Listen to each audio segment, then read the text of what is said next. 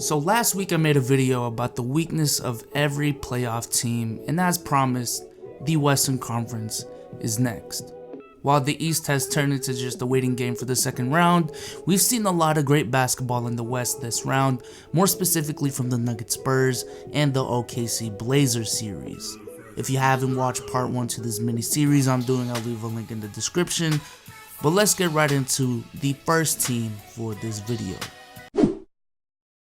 The only thing that can really stop this team are really outside forces. We all know that they are the favorites to win the championship, and rightfully so, but because of what their personnel is and the history that they have, combined with the fact that this team sacrificed a lot of their depth for star power, especially now that Boogie's out for the season, KD or Draymond getting suspended for a game or getting ejected from a game, or Curry missing a couple games due to an ankle injury, really can cost his team a series. Now I know that this is a concern for really any team, but specifically for this team, again because of their history and their personnel, this issue is more of a worry for them than most teams.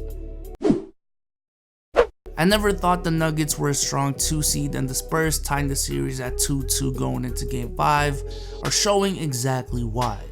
This is a team that lacks playoff experience, and that can cost you in this Western Conference.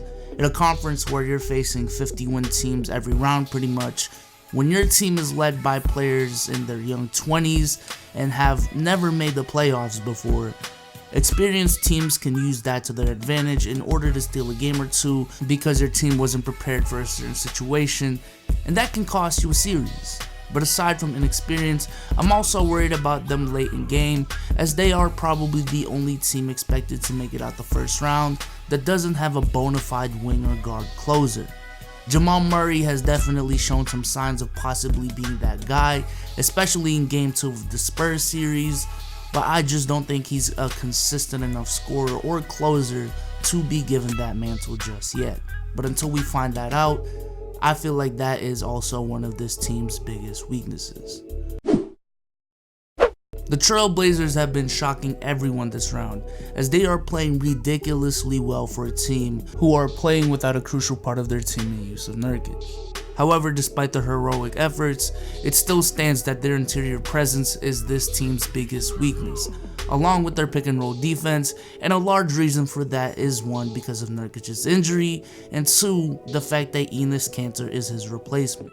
If you watch the games, you can clearly see how bad Enes Kanter is on guarding the pick and roll, and Westbrook took advantage of this in Game 3, which was a big part as to why he had a great game that game, but also a big part as to why they won the game as a whole. And when you have to not only go up against Russ and PG in the first round, but then have to deal with either the Spurs or the Nuggets, who both are very good at attacking the pick and roll, and then you potentially have to go up against the Rockets or the Warriors in the round after that, it's gonna be very hard for the Trail Blazers to make the finals, like Chuck suggested.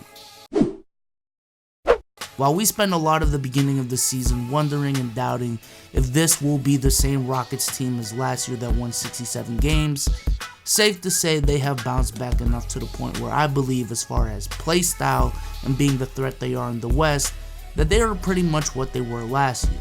And just like last year, their weaknesses are still the same. This is a team that relies a lot on the 3-ball. So when that isn't falling, this is a team that has shown that they have a really tough time adjusting when they're not falling. They're a just keep shooting until it falls team, instead of a okay, shit isn't falling, let's adjust our game type of team. But also, like any team that heavily relies on one player for their success, there are certain game plans that teams can run in order to counteract that fundamental characteristic about a team. We've seen teams such as the Spurs do this with LeBron in 2014, and also pretty much every team last year in the playoffs, where they just let LeBron get his numbers while making sure to lock down everyone else in a sort of he can't really beat us by himself mentality. And that is a big flaw in Houston's game. The Jazz not having another elite scorer is really a big problem for this team, not only for this year's playoffs, but for years to come. Donovan Mitchell simply isn't a good enough playmaker and isn't efficient enough to run an offense around like a James Harden. To only have one elite wing or guard shot creator But aside from him, a lot of their perimeter production comes from players such as Ricky Rubio and Joe Ingles, and that simply isn't viable enough in the playoffs. The Rockets have been abusing this weakness in Utah's personnel, and D. Mitch's numbers have looked worse than what they could be because of it as well. Alright, let me chill. I'm not about to go off on the Thunder. However, like I said in one of my previous videos, Russell Westbrook really is OKC's biggest strength and also their biggest weakness, specifically his tendencies. In the playoffs, those 5 to 6 turnovers a game are going to be magnified. Going 8 for 21 from the field is going to cost you games. Taking boneheaded shot late in games comes with consequences. Everyone knows this by now with the Thunder. Heck, even most Thunder fans that I know recognize this, so I don't want to rant about them, but in conclusion, this team will go as far as Russ will take them. Spacing has been San Antonio's biggest problem all year, and it still is. Now, because they are coached by Greg Popovich, they have been trained to only shoot quality threes, as shown by them being near the bottom of the league in three-point attempts, but the top half in three-point percentage. But in this three-point shooting league, that can only take you so far. Now, luckily, their two best players are some of the best mid-range shot creators in the league, so it's not that big of a problem, but regardless, it is still a weakness that teams can really take advantage of.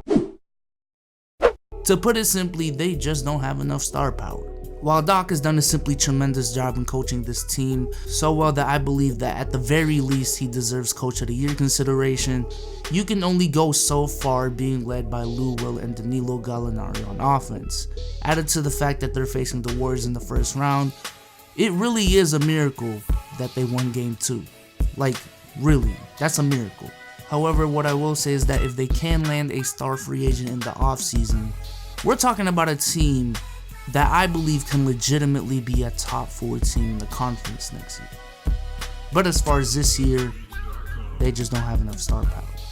But with that being said, I hope you guys enjoyed this video. If you liked the video, like the video, subscribe to the channel if you haven't already. And before the video ends, I just want to give a quick shout out to a little giveaway I'm doing.